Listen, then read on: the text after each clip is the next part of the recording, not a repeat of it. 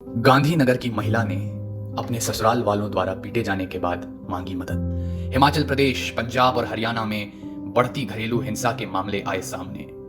लगभग 2 महीने की लंबी लॉकडाउन अवधि के दौरान दिल्ली में सबसे ज्यादा घरेलू हिंसा के मामले हुए दर्ज।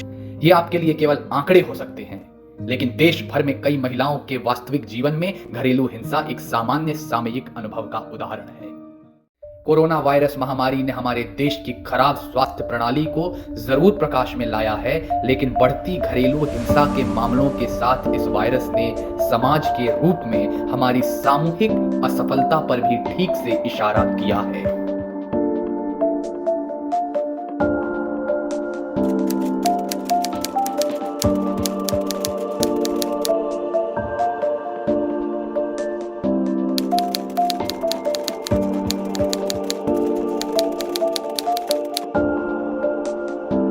लेकिन महिलाओं को बोलने से क्या रोकता है? क्यों महिलाएं पिटने के बावजूद भी अपने पति के साथ रहना जारी रखती हैं? जबकि ये प्रश्न बहुत ही आम तौर पर पूछे जाते हैं, पुरुष हिंसा करना क्यों चुनते हैं? उनके अनैतिक, निर्दयी और हिंसक व्यवहार के पीछे एक प्रेरणा शक्ति के रूप में क्या काम करता है? ऐसे सवाल पूछना इस गहरे मामले को समझने के लिए बेहद जरूरी है। सख्ती से लिंग भूमिकाओं का पालन।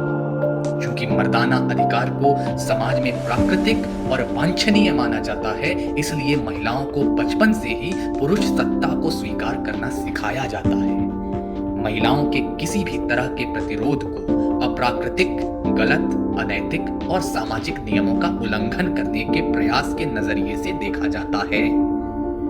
नतीजतन जब महिलाएं अपने पतियों द्वारा किए गए अपराधों के खिलाफ बोलती हैं, उस समय पुरुष और साथ ही समाज भी पति का बल या हिंसा का उपयोग कर अपनी पत्नी को चुप कराना उचित और आवश्यक समझते हैं। अधिकार, धन, संसाधन और मान्यता का असमान वितरण। आर्थिक रूप से खुद को बनाए रखने की क्षमता के बिना महिलाएं अपमानजनक रिश्तों में रहने के लिए मजबूर हो जाती हैं और खुद को हिंसा से आजाद नहीं कर पाती हैं। वे हिंसा की रिपोर्टिंग के परिणामों से डरती हैं और पीड़ित महिलाओं के रूप में पहचाने जाने की शर्म से अपने आप को बचाने के लिए सामने आने से कतराती हैं। समाज में आमतौर पर पीड़ित महिलाओं को यह कहा जाता है कि किसी भी समय वापस रहना अक्सर अपमानजनक महिला का सबसे सुरक्षित फैसला होता है, जिसकी वजह से ज्यादातर पीड़ित महिलाएं न तो मदद के लिए प्रेरित होती हैं और न ही रिश्ते से बाहर निकलने के लिए। सामाजिक परिस्थितियां। पुरुषों के कंधे पर मर्दाना होने का सामाजिक दबाव, जो महिलाओं को अपने से नीचा स्थान देने पर केंद्रित होता है, पुरुष के बल या हिंसा के उपयोग के पीछे का एक महत्वपूर्ण कारण है। पुरुषों के यौनाचार्य और अपमानजनक व्यवहारों के लिए समाज में किसी विरोधाभास का ना होना और उनकी हिंसा के लिए शराब के उपयोग, तनाव आदि के बहानों का स्वीकार होना उन्हें समाज में दिन दहाड़े हिंसा करने का अवसर देता है। लेकिन इसमें आप क्या कर सकते हैं और आप कैसे मदद कर सकते हैं? घरेलू हिंसा के खिलाफ लड़ाई में पहला और सबसे मूल्य कदम इसके अस्तित्व को पहचानना होता है।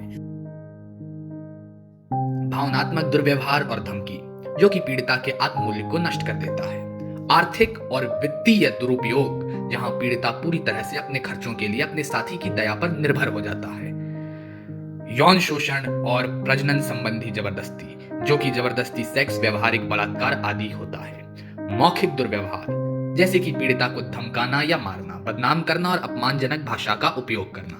तकनीकी हिंसा, जैसे साथी के ईमेल, व्यक्तिगत खाते को हैक करना, पति या पत्नी के स्थान पर नजर रखने के लिए ट्रैकिंग उपकरणों का उपयोग करना। और अलगाव, जैसे कि पीड़िता को दूसरों के घर जाने से रोकना और उसके काम में रोक टोक करना। ये सब घरेलू हिंसा के दायरे में आते हैं। दूसरे कदम में उन कानूनों और हेल्पलाइन नंबरों के बारे में सीखना जरूरी है जो पीड़ित की सुरक्षा के लिए मौजूद है।